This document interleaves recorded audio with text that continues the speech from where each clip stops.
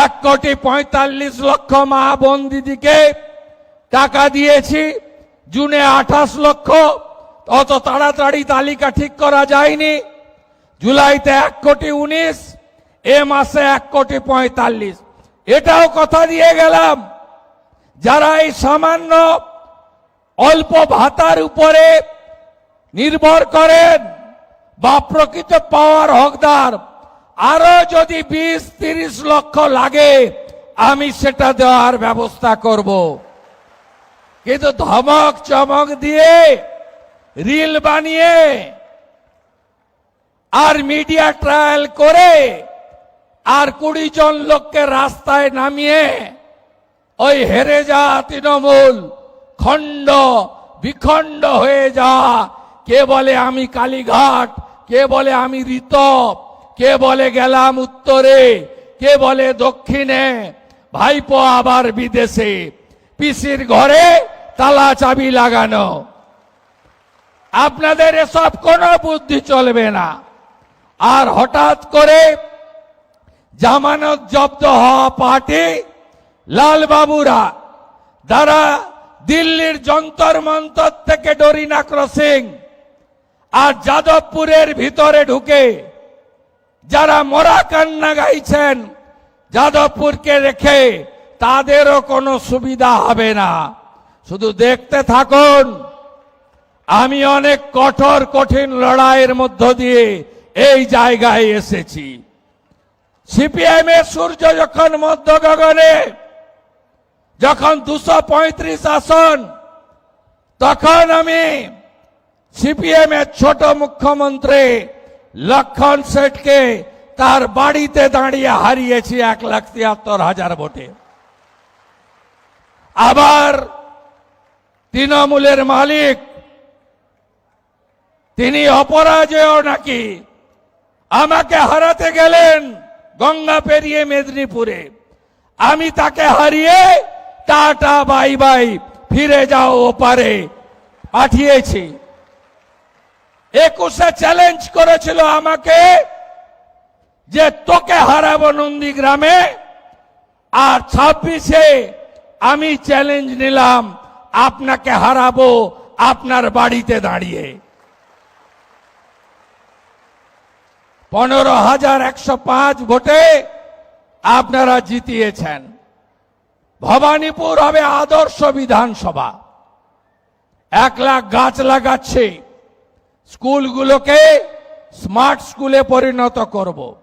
খেলার মাঠগুলোকে সাজাবো, পার্কগুলোকে সাজানোর কাজ শুরু করেছি।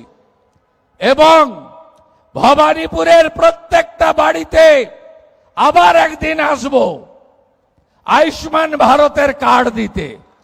5 লাখ টাকা পর্যন্ত চিকিৎসা ফ্রি। আর যারা আয়ুষ্মানের নিয়মে পড়বেন না, তাদের জন্য মুখ্যমন্ত্রী স্বাস্থ্য বিমার কার্ড দিয়ে যাব। শুধু পশ্চিমবঙ্গে নয়, ভারতের 38,000 হসপিটালে বিনা পয়সায় চিকিৎসা পাবেন। আমি আবার আসব। 28 তারিখ রাখি বন্ধন আমি পালন করতে আসব ভবানীপুরে।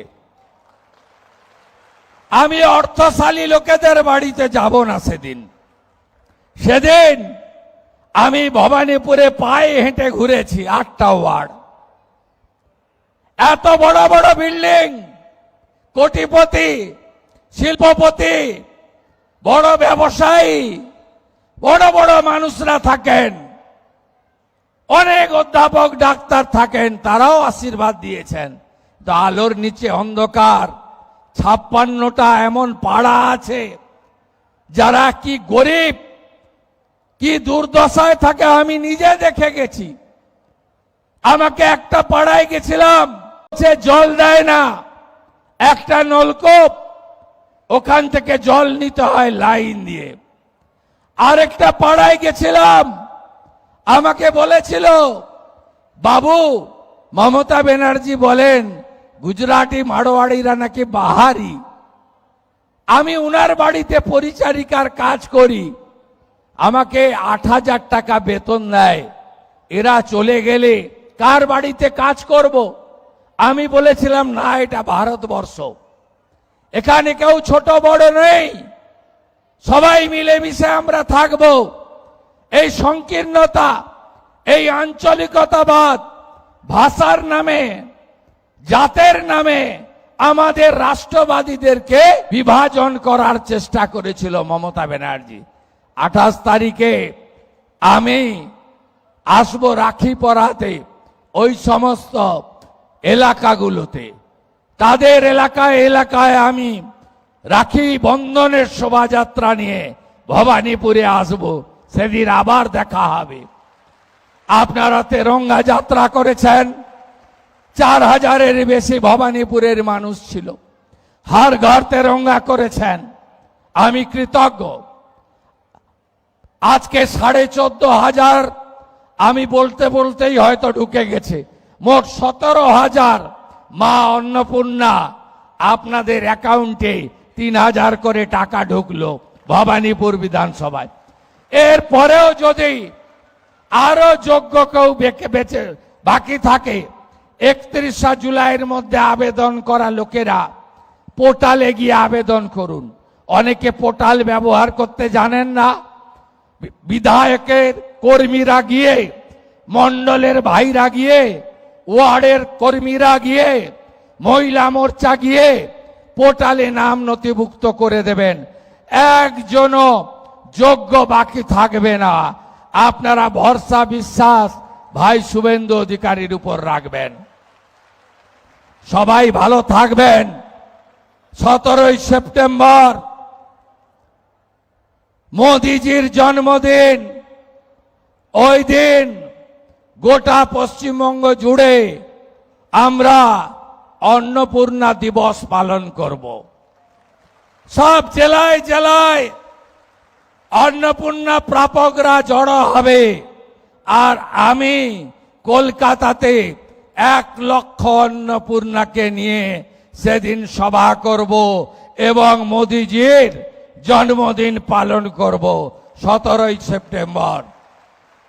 সবাই ভালো থাকবেন, সবাই একসঙ্গে থাকবেন। আর যাদবপুর নিয়ে যারা কাঁদছেন মিডিয়াতে, জেনে রাখুন, এই রাজ্যে থাকতে গেলে, পশ্চিমবঙ্গে থাকতে গেলে বন্দে মাতরম গাইতে হবে। ভালো খবর দেখতে সাবস্ক্রাইব করুন বাংলা হান্টের ইউটিউব চ্যানেল। বাংলা হান্টের আরো খবর দেখতে নজর রাখুন। বাংলা খবর মানেই বাংলা হান্ট।